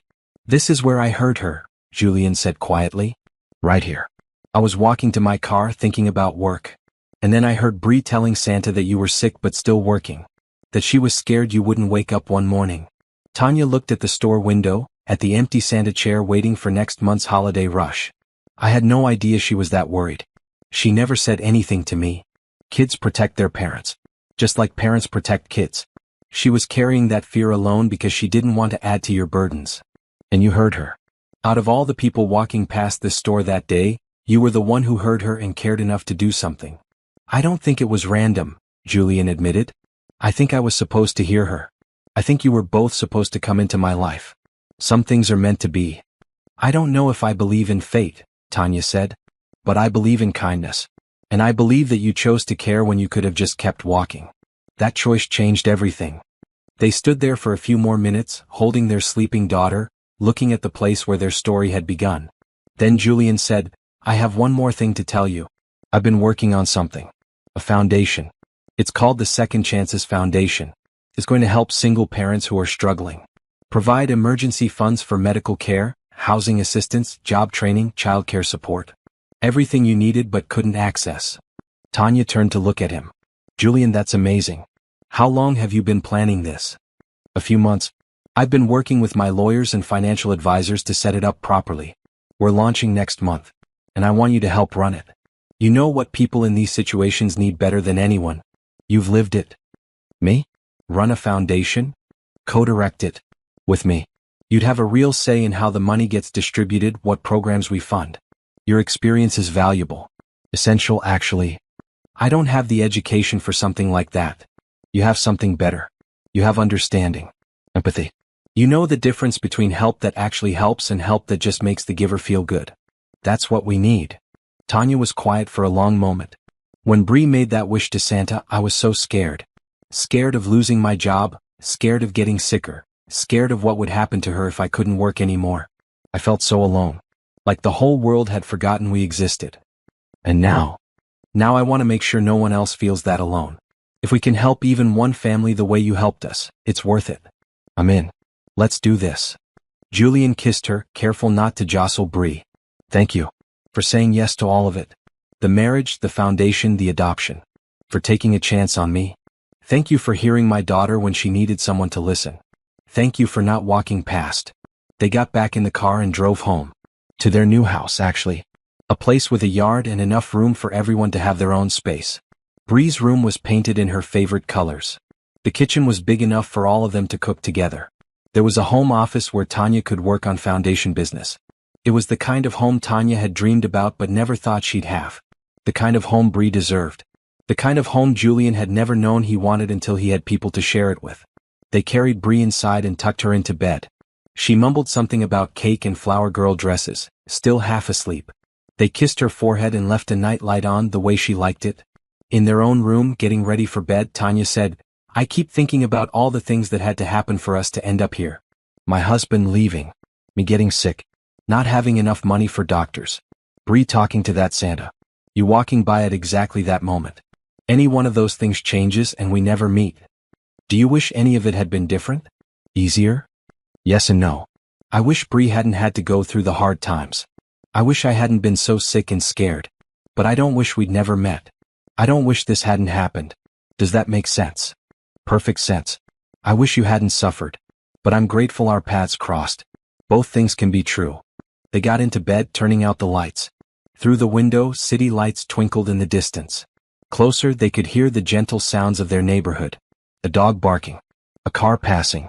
Normal life sounds. Julian? Tanya said into the darkness. I love you. I know I said it in my vows, but I wanted to say it again. Just us, no audience. I love you. I love you too. Both of you. My family. Your family, Tanya agreed. How does it feel? Like coming home, Julian said. Like everything I worked for finally has a purpose. Like I'm exactly where I'm supposed to be. They fell asleep wrapped in each other's arms in the home they'd built together, with their daughter sleeping safely down the hall. And in a department store across town, an empty Santa chair waited for next month's season. Waited for other children to whisper their fears and hopes. Waited for other prayers to be sent out into the universe. Some of those prayers would go unanswered. That was the harsh reality. But because of the Second Chances Foundation, because Julian had heard one little girl's whisper and decided to act, some of them wouldn't. Some families would get the help they needed. Some children would stop worrying about whether their parent would wake up in the morning. Some struggling mothers and fathers would find a path forward. One whispered prayer had changed 3 lives. Now those 3 lives would work to change countless others. That was the real magic. Not Santa Claus or miracles or fate. But people choosing kindness. People choosing to help when they could. People choosing love over indifference. Julian Grant had heard a little girl whisper, and he hadn't stayed silent. He'd acted. And that action had rippled outward, creating new possibilities, new hope, new chances for people who thought their chances had run out. This was the power of compassion. The transformative force of seeing someone else's suffering and deciding it mattered. That they mattered. A year ago, Tanya Morrison had been drowning in poverty and illness, fighting alone to keep her daughter safe. Bree had been a scared child carrying worries too big for her small shoulders. Now they were a family. Safe, secure, loved. With a future full of possibility instead of dread. All because someone heard. Someone listened. Someone cared enough to act. The story that had started with desperation and fear ended with love and hope. With a family united not by biology but by choice. With a foundation that would help others the way they'd been helped. Some might call it a fairy tale ending. But it was better than that. It was real. Earned through honesty and effort and the courage to trust. Built on a foundation of genuine care and shared commitment. It was the kind of ending that could become someone else's beginning. The kind of story that inspired action instead of just tears. And that, Julian thought as he drifted off to sleep beside his wife, was the best kind of ending there was. The kind that refused to be an ending at all, but instead became a starting point for something even better. A whisper had changed everything. Now their voices together would continue to echo. Helping. Healing. Creating new stories of hope. This was what love did. It expanded outward, touching lives beyond its own. It refused to be contained or limited.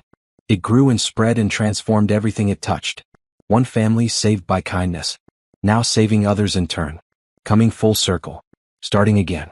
Building a better world, one whispered prayer at a time.